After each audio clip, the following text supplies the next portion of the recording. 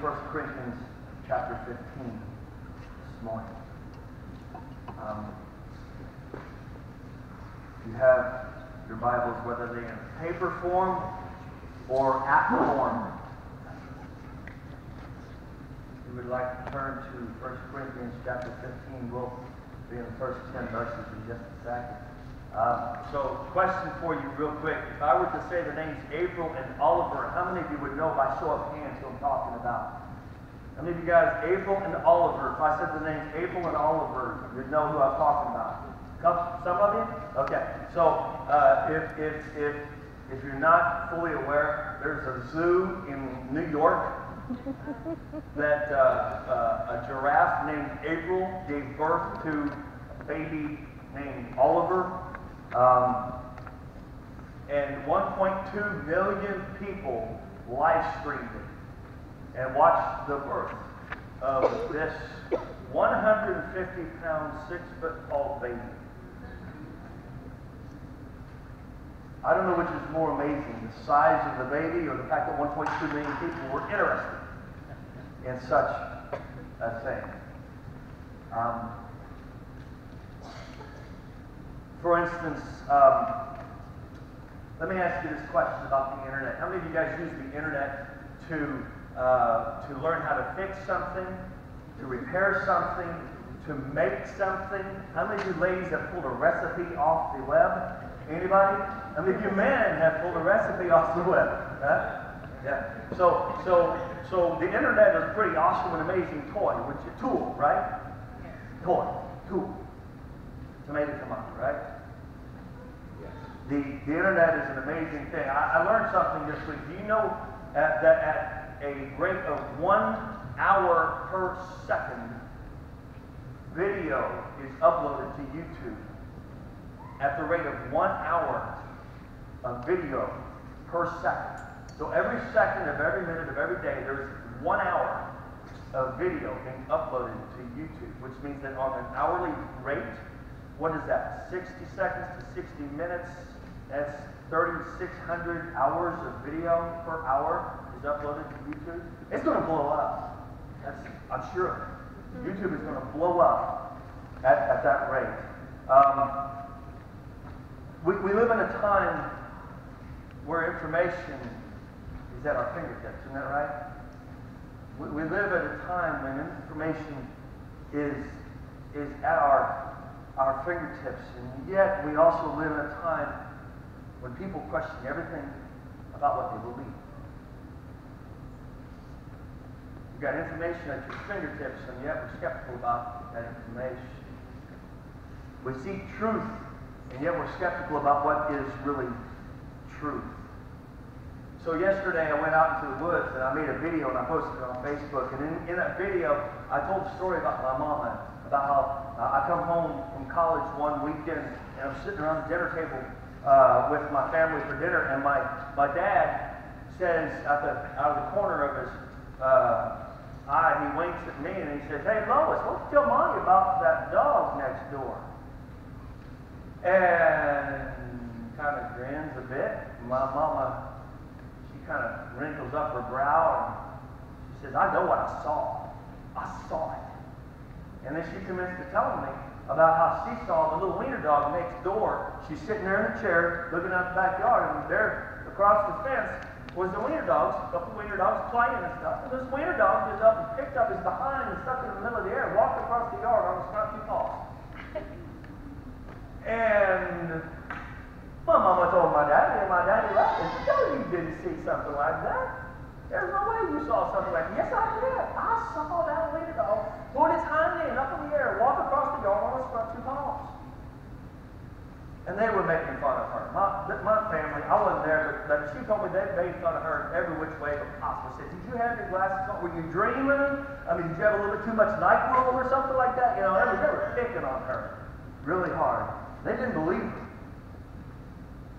Until my Aunt Linda and Uncle Wendell happened to come over for a weekend for a visit.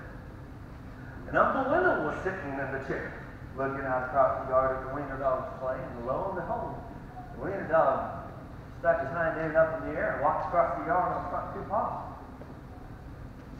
And Lyndall said, did you see that film? Suddenly, Mama's story had some credibility. Why? Because there's a witness. Now, with the internet, man, you can find stuff just about anything that has to do with anything. In fact, look at this. I think you're going to find this little dog right there. Look at it. Can you believe that? Oh, well, in fact, I think there's another one. Look at this. They put a skirt on this one. And she said, come on. Okay, fine. If I have to, I don't want to leave them up to, but there it is. Can you believe that? We live in a time where information is readily available. But yet, we live in a time when we are probably the most skeptical to believe.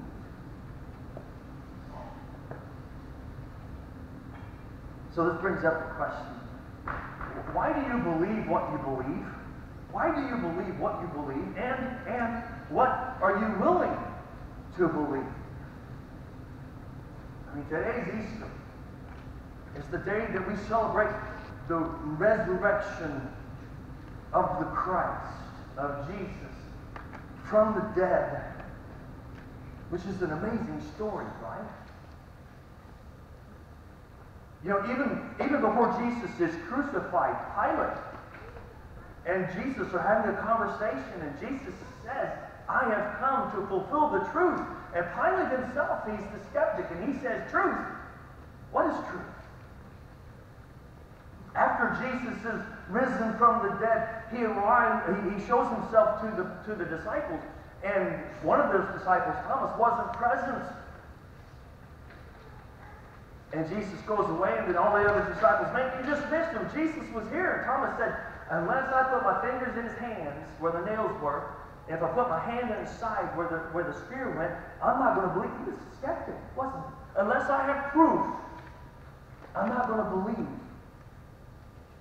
And it wasn't until Jesus showed up and Thomas put his fingers in the nail holes and put his hand into the scar that he said, my Lord and my God. People today ask the question, would God really come in the form of a baby only to die a criminal's death and then resurrect himself from a Houdini tomb?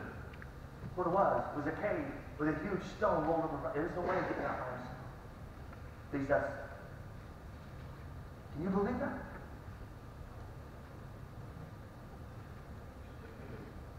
Virtually 2.5 billion people worldwide do.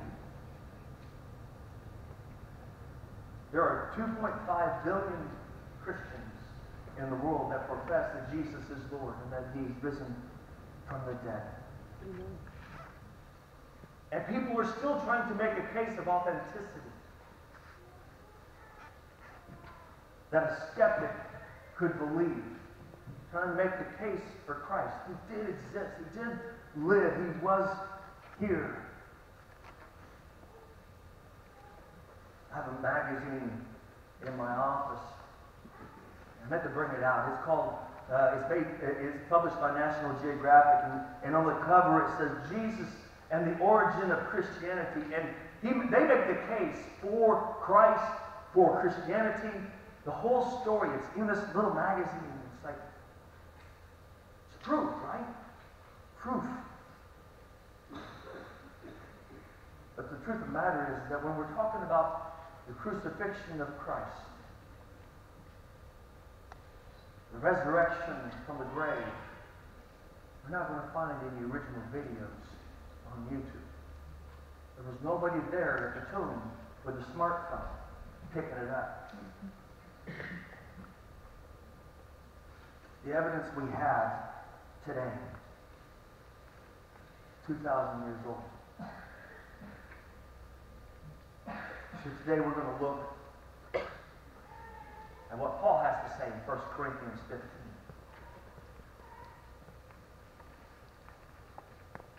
This letter is all about what it means to be transformed from riffraff, which is what the Corinthians were. Corinthians were riffraff. You know what riffraff is, right? Just use your imagination. It's pretty rough.